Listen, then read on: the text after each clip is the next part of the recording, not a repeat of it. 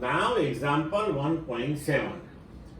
An electron falls through a distance of 1.5 centimeter in a uniform electric field of magnitude 2 into 10 raised to 4 Newton per Coulomb. Figure A. The direction of the field is now reversed, keeping its magnitude unchanged, and the proton falls through the same distance. Figure B. Compute the time of fall in each case. Contrast the situation with that of free fall under gravity. Now see, यहाँ पे हमें time taken by electron and proton to fall through this electric field up to distance 1.5 centimetre वो हमें calculate करना है.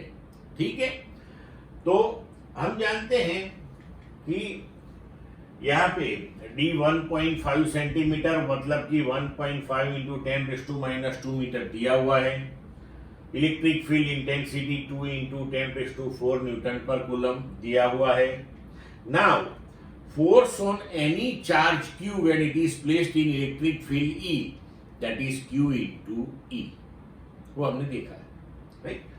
अब देखो यहाँ पे इलेक्ट्रिक फील्ड कांस्टेंट है, चार्ज जो है वो भी कांस्टेंट है, मतलब कि force acting q into E, so that force acting on the charge that is constant. अगर फोर्स कांस्टेंट है तो एज पर न्यूटन से second law of motion F equal to ma. Acceleration भी कांस्टेंट होगा क्योंकि मास तो कांस्टेंट रहता है.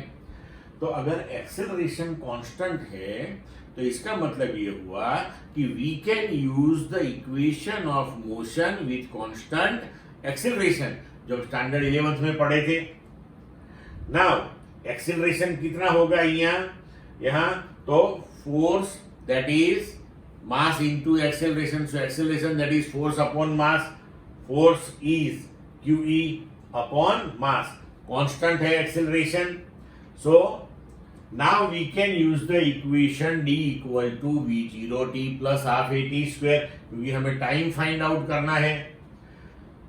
इनिशियल वेलोसिटी हमने फ्री फॉल करवाया है तो 0 हो जाएगी, तो d equal to 0 plus half acceleration that is q e by m into t square.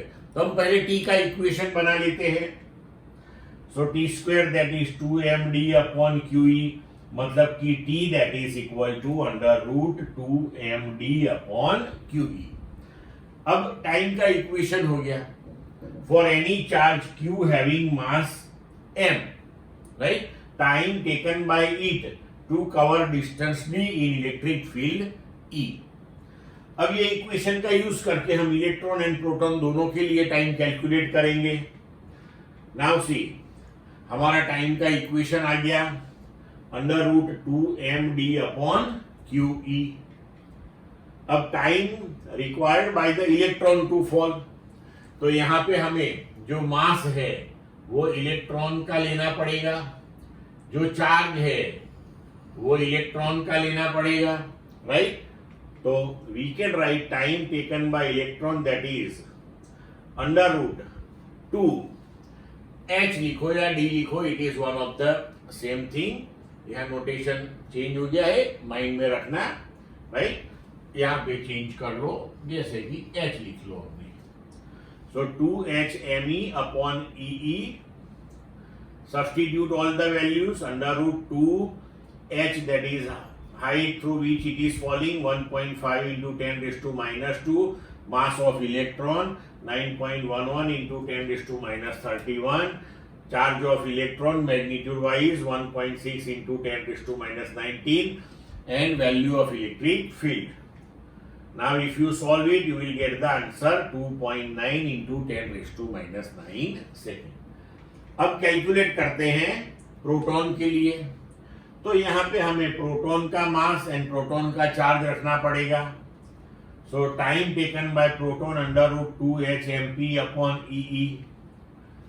So under root 2h value, mass of proton 1.67 into 10 raise to minus 27, charge of proton, value of electric field. Now if you solve this one time taken by proton that is 1.3 into 10 raised to minus 7 second. अब देखो यहाँ दोनों result. You can see this thing, time taken by electron that is less than time taken by proton. मतलब कि heavier particle जो है, charge दोनों का सेम है. जो पार्टिकल हैवियर है उसको टाइम ज्यादा लगा और जो लाइटर पार्टिकल है उसको टाइम कम लगा to cover the same distance. लेकिन अब ग्रेविटेशन के कंटेक्स्ट में बात करें तो ग्रेविटेशन में heavier and lighter both the particle will take same time to cover the same distance. Say the heavier particle takes a greater time to fall through the same distance. This is in basic contrast to the situation of free fall under gravity, where the time of fall is independent of the mass of the body. Clear बच्चों?